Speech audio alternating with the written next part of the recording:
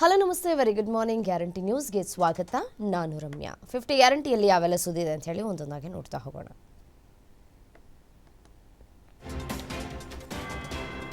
ಕಾಂಗ್ರೆಸ್ ಕೋಟೆಯಲ್ಲಿ ಉತ್ತರಾಧಿಕಾರಿ ಯುದ್ಧ ತಾರಕಕ್ಕೇರಿದೆ. ಯತೀಂದ್ರ ಹೇಳಿಕೆ ಹೈಕಮಾಂಡ್ ಕಿವಿಗೂ ಮುಟ್ಟಿದೆ. ಅಲ್ಲದೆ ಯತೀಂದ್ರಗೆ ನೋಟಿಸ್ ಕೊಡಲ್ವಾ ಅಂತ ಡಿಸಿಎಂ ಡಿಕೆ ಶಿವಕುಮಾರ್ ಬಣದ ನಾಯಕರು ಪ್ರಶ್ನಿಸಿದ್ದಾರೆ.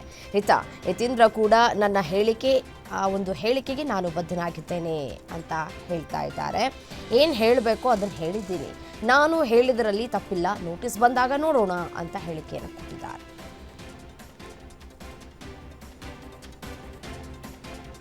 ಸಿಎಂ ಡಿಕೆ ಶಿವಕುಮಾರ್ ತಮ್ಮ ಪುತ್ರನ ರಾಜಕೀಯ ಪ್ರವೇಶದ ಕುರಿತು ಮಹತ್ವದ ಹೇಳಿಕೆ ಕೊಟ್ಟಿದ್ದಾರೆ. ತಮ್ಮ ಮೇಲೆ ಮಾಡಿರುವ ಹಲವು ಆರೋಪಗಳು, ನನಗೆ ನೀಡಿದ ನಿರಂತರ ಕಾನೂನು ನೋಟಿಸ್ಗಳು, ನ್ಯಾಯಾಲಯದ ಹೋರಾಟಗಳಿಂದಾಗಿ ನನ್ನ ಪುತ್ರ ರಾಜಕೀಯಕ್ಕೆ ಬರೋದು ಬೇಡ, ಬದಲಿಗೆ ಅವನು ವಕೀಲನಾಗಬೇಕು ಅಂತ ಹೇಳಿದ್ದಾರೆ. ನನಗೆ ಪ್ರತಿದಿನ ನೋಟಿಸ್ಗಳು ಬರುತ್ತವೆ, ಸಾಯುವವರೆಗೂ ಅವು ನನ್ನನ್ನು ಬಿಡುವುದಿಲ್ಲ, ಹಾಗಾಗಿ ನೀನು ಲಾಯರ್ ಆಗು ಅಂತ ಪುತ್ರನಿಗೆ ಕಿವಿ ಮಾತನ್ನ ಹೇಳಿದ್ದೇನೆ ಅಂದರು.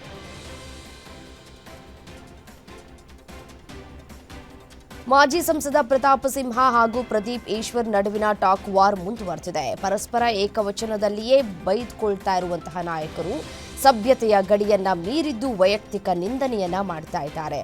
ತಂದೆ ತಾಯಿಯ ವಿಚಾರವನ್ನ ಇಬ್ಬರು ನಾಯಕರು ಎಳೆದು ತಂದಿದ್ದು ರಾಜಕೀಯ ವಲಯದಲ್ಲಿನ ಸಭ್ಯತೆಯ ಬಗ್ಗೆ ಪ್ರಶ್ನೆ ಮೂಡುವಂತಾಗಿದೆ.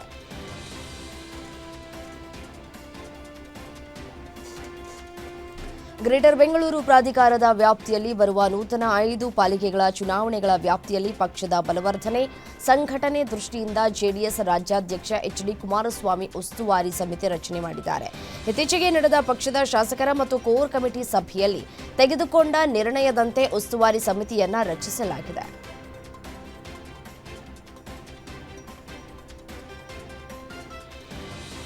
ಬಿ ಖಾತಾದಿಂದ ಎ ಖಾತಾ ಪರಿವರ್ತನೆ ಅನ್ನೋದೇ ಬೋಗಸ್. ದುಡ್ಡು ಹೊಡೆಯೋದಕ್ಕೆ ಮಾಡಿರುವ ಸುಲಿಗೆ ಕಾರ್ಯಕ್ರಮ ಇದಾಗಿದೆ. ಯಾರೂ ಖಾತಾ ಬದಲಾವಣೆ ಮಾಡಿಸಿಕೊಳ್ಳೋದಕ್ಕೆ ಹಣ ಕಟ್ಟಬೇಡಿ.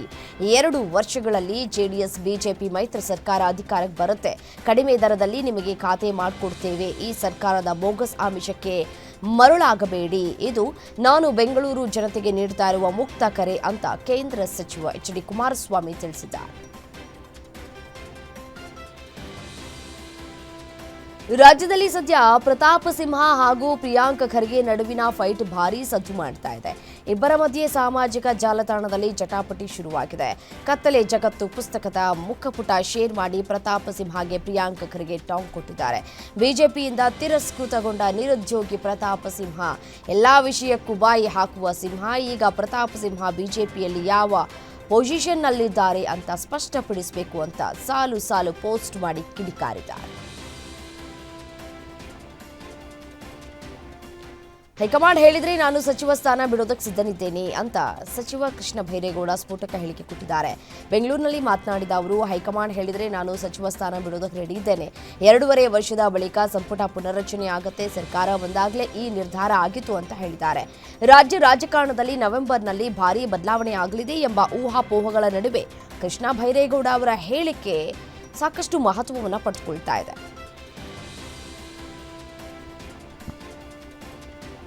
ಡಿಸೆಂಬರ್ 8ಕ್ಕೆ ಬೆಳಗಾವಿ ಚಳಿಗಾಲದ ಅಧಿವೇಶನ ಆರಂಭವಾಗುತ್ತೆ ಅಂತ ಪರಿಷತ್ ಸಭಾಪತಿ ಬಸವರಾಜ ಹೊರಟ್ಟಿ ಹೇಳಿದ್ದಾರೆ.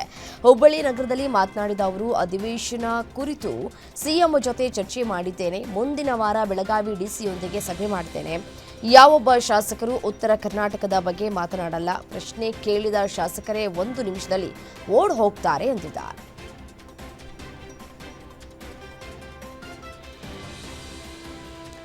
ಎಚ್.ಡಿ. ಕುಮಾರಸ್ವಾಮಿ ಸಿಎಂ ಆಗಿದ್ದು ಮ್ಯಾಜಿಕ್ನಿಂದ ಅಂತ ಮಂಡ್ಯದ ಮಾಜಿ ಸಂಸದ ಎಲ್.ಆರ್. ಶಿವರಾಮೇಗೌಡ ನಾಗಮಂಗಲದಲ್ಲಿ ಹೇಳಿಕೆ ಕೊಟ್ಟಿದ್ದಾರೆ. ಜೆಡಿಎಸ್ ಪಕ್ಷದವರು ಎಂದಿಗೂ ಸ್ವಂತ ಬಲದಿಂದ ಅಧಿಕಾರಕ್ಕೆ ಬರಲಿಲ್ಲ. ಈಗಲೂ ಅವರು ಹೇಗಾದ್ರೂ ಮಾಡಿ ಬಿಜೆಪಿ ಜೊತೆ ಸೇರಿ ಅಧಿಕಾರ ಮಾಡೋ ಕನಸನ್ನ ಕಾಣ್ತಾ ಇದ್ದಾರೆ. ಜೆಡಿಎಸ್ ಪಕ್ಷ ಇನ್ನೆಂದೂ ಅಧಿಕಾರಕ್ಕೆ ಬರಲ್ಲ ಅಂತ ವ್ಯಂಗ್ಯವಾಡಿರೋ ಶಿವರಾಮೇಗೌಡ, ಜೆಡಿಎಸ್ ಪಕ್ಷ ಬಿಜೆಪಿ ಜೊತೆ ಸೇರಿ ಮಂಗಮಾಯ ಆಗುತ್ತೆ ಅಂತ ಟೀಕಿಸಿದ್ದಾರೆ.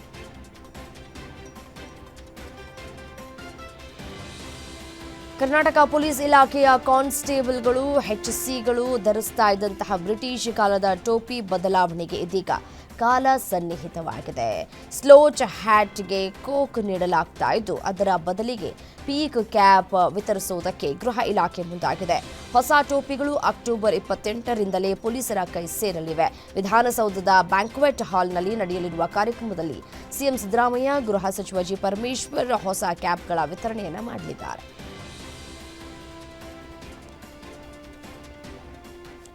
ಮಂಗಳೇಗುಡ್ಡೆ ಬುರುಡೆ ರಹಸ್ಯ ಪ್ರಕರಣಕ್ಕೆ ಸಂಬಂಧಪಟ್ಟಂತೆ ಮತ್ತೆ ಕಾರ್ಯಾಚರಣೆ ಚುರುಕುಗೊಳಿಸುತ್ತಾ ಎಸ್ಐಟಿ ಎಂಬ ಪ್ರಶ್ನೆ ಚರ್ಚೆ ಹುಟ್ಟುಹಾಕ್ತಾ ಇದೆ. ಎಸ್ಐಟಿ ಕಚೇರಿಗೆ ಇವತ್ತು ಡಿಜಿಪಿ ಪ್ರಣಬ್ ಮೊಹಂತಿ ಭೇಟಿಯನ್ನು ನೀಡಿ ಪ್ರಕರಣದ ತನಿಖೆಯ ಪ್ರಗತಿಯ ಬಗ್ಗೆ ಪರಿಶೀಲನೆಯನ್ನು ನಡೆಸಲಿದ್ದಾರೆ. ಮುಂದಿನ ತನಿಖೆ ಸಾಗಬೇಕಾದ ಬಗ್ಗೆ ಅಧಿಕಾರಿಗಳಿಗೆ ನಿರ್ದೇಶನವನ್ನು ನೀಡಲಿದ್ದಾರೆ ಅಂತ ಹೇಳಿ ತಿಳಿದು ಬಂದಿದೆ.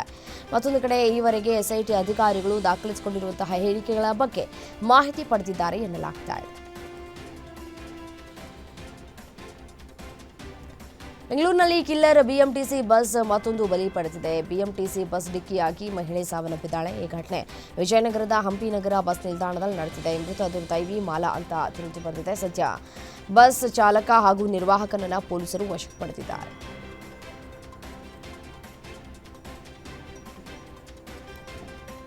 ರಸ್ತೆಯಲ್ಲಿ ನಿಂತಿದ್ದ ಆಟೋದಲ್ಲಿ ಮಹಿಳೆಯ ಶವ ಪತ್ತೆಯಾಗಿರುವ ಘಟನೆ ಬೆಂಗಳೂರಿನ ತಿಲಕ್ ನಗರದ ಮುಖ್ಯ ರಸ್ತೆಯಲ್ಲಿ ನಡೆದಿದೆ. ಆಟೋದಲ್ಲಿ ಪತ್ತೆಯಾದ ಮೃತ ಮಹಿಳೆ ಸಲ್ಮಾ ಅಂತ ತಿಳಿದು ಬಂದಿದೆ. ತನ್ನ 4 ಮಕ್ಕಳೊಂದಿಗೆ ಜೀವನ ನಡೆಸ್ತಾ ಇದ್ದಂತಹ ಸಲ್ಮಾ ಗಂಡ ಮೃತಪಟ್ಟ ಬಳಿಕ ಸುಬ್ರಮಣಿ ಎಂಬಾತನ ಜೊತೆ ಸಲುಗೆಯಿಂದ ಇದ್ದಿದ್ದು. ಸಲ್ಮಾ ಹಾಗೂ ಸುಬ್ರಮಣಿ ನಡುವೆ ತೀವ್ರ ಗಲಾಟೆ ನಡೆದು ಸಲ್ಮಾ ತಲೆಗೆ ಸುಬ್ರಮಣಿ ಹೊಡೆದು ಕೊಲೆಗೈದಿದ್ದಾನೆ. ಮೃತದೇಹವನ್ನ ಬಟ್ಟೆಯಲ್ಲಿ ಸುತ್ತಿ ಕೆಟ್ಟು ನಿಂತಿದ್ದ ಆಟೋದಲ್ಲಿ ಎಸೆದು ಪರಾರಿಯಾಗಿದ್ದಾನೆ. ಸಲ್ಮಾ ಮೃತದೇಹವನ್ನ ವಿಕ್ಟೋರಿಯಾ ಆಸ್ಪತ್ರೆಗೆ ರವಾನೆ ಮಾಡಲಾಗಿದೆ. ಚಿತ್ರದುರ್ಗ ರೇಣುಕಾಸ್ವಾಮಿ ಕೊಲೆಯ ಆರೋಪಿ ಪ್ರದೂಷ್ ತಂದೆ ನಿಧನ ಹಿನ್ನೆಲೆ ಅಂತ್ಯ ಸಂಸ್ಕಾರ ಕಾರ್ಯಗಳಿಗಾಗಿ A14 ಪ್ರದೂಷ್ಗೆ ಕೋರ್ಟ್ 20 ದಿನ ಮಧ್ಯಂತರ ಜಾಮೀನು ನೀಡಿದೆ. ಪ್ರದೂಷ್ ತಂದೆಯ ಅಂತ್ಯ ಸಂಸ್ಕಾರಕ್ಕೆ ಅನುಮತಿ ಕೋರಿ ಕೋರ್ಟ್ಗೆ ಅರ್ಜಿ ಸಲ್ಲಿಸಿದ ಪ್ರದೂಷ್ ಪರ ಹಿರಿಯ ವಕೀಲ ದಿವಾಕರ್ ವಾದ ಮಂಡಿಸಿದ್ರು. ವಾದ ಪ್ರತಿವಾದ ಆಲಿಸಿದ 57ನೇ CCH ಕೋರ್ಟ್ ನ್ಯಾಯಾಧೀಶ IP ನಾಯಕ್ರಿಂದ ಪ್ರದೂಷ್ಗೆ ಜಾಮೀನು ನೀಡಿ ಆದೇಶವನ್ನು ಹೊರಡಿಸಲಾಗಿದೆ. ಹೋಮ್ ಸ್ಟೇನಲ್ಲಿ ಯುವತಿ ಅನುಮಾನಾಸ್ಪದವಾಗಿ ಸಾವನ್ನಪ್ಪಿರುವ ಘಟನೆ ಚಿಕ್ಕಮಗಳೂರಿನ ಹಾಂದಿಯ ಖಾಸಗಿ ಹಿಪ್ಲಾ ಹೋಮ್ ಸ್ಟೇನಲ್ಲಿ ನಡೆದಿದೆ. ಮೃತ ಮಹಿಳೆ ಬೇಲೂರಿನ ದೇಗಲಾಪುರದ 24 ವರ್ಷದ ರಂಜಿತಾ ಅಂತ ತಿಳಿದು ಬಂದಿದೆ. ಆಲ್ದೂರು ಪೊಲೀಸ್ ಠಾಣೆಯಲ್ಲಿ ಪ್ರಕರಣ ದಾಖಲಾಗಿದ್ದು ಯುವತಿಯ ಮೃತದೇಹವನ್ನು ಮರಣೋತ್ತರ ಪರೀಕ್ಷೆಗೆ ಮೂಡಿಗೆರೆ ಸರ್ಕಾರಿ ಆಸ್ಪತ್ರೆಗೆ ರವಾನೆ ಮಾಡಲಾಗಿದೆ.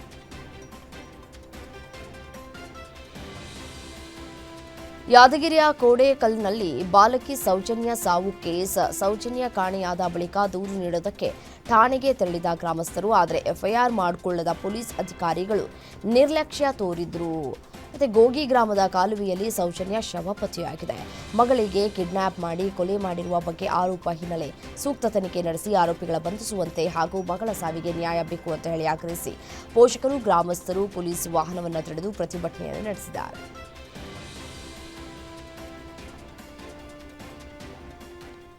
ಧಾರವಾಡ ಜಿಲ್ಲೆಯಲ್ಲಿ ಜೇನು ನೊಣಗಳ ದಾಳಿಗೆ ವೃದ್ಧನೋರ್ವ ಸಾವನ್ನಪ್ಪಿದ್ದಾನೆ. ಧಾರವಾಡ ತಾಲೂಕಿನ ಸಲಕಿನಕೊಪ್ಪ ಗ್ರಾಮದಲ್ಲಿ ಈ ಘಟನೆ ನಡೆದಿದೆ. ವೃದ್ಧ ಚಂದ್ರಶೇಖರ್ ಮಡಿವಾಳರ ಎಂಬಾತ ಹಸುಗಳನ್ನು ಮೇಯಿಸೋದಕ್ಕೆ ಜಮೀನಿಗೆ ತೆರಳಿದ್ರು. ಈ ವೇಳೆ ಜೇನು ನೊಣಗಳು ದಾಳಿಯನ್ನು ನಡೆಸಿವೆ. ಜೇನು ದಾಳಿಯಿಂದ ಗಂಭೀರ ಸ್ಥಿತಿ ತಲುಪಿದ್ದ ವೃದ್ಧ ಚಂದ್ರಶೇಖರ್ ಚಿಕಿತ್ಸೆ ಫಲಕಾರಿಯಾಗದೆ ಸಾವನ್ನಪ್ಪಿದ್ದಾರೆ.